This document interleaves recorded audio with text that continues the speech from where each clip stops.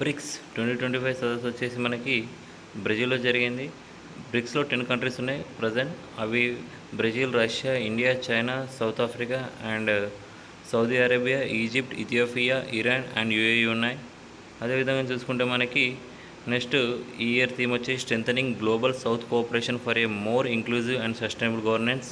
Bricks 2024 వచ్చేసి రష్యాలోని కాజన్లో జరిగింది. అయితే 2025 వచ్చేసి మనకి ఇక్కడ బ్రెజిల్లో జరిగింది. ఇదివరకు ఇండియా 3 టైమ్స్ హోస్ట్ చేసింది బ్రిక్స్ సదస్సును.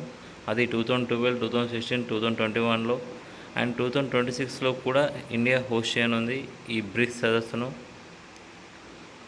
ఈ సంవత్సరం హోస్ట్ చేసింది 17th కాగా ఇండియాలో నెక్స్ట్ ఇయర్ చేసేది 18th అవుతుందన్నమాట.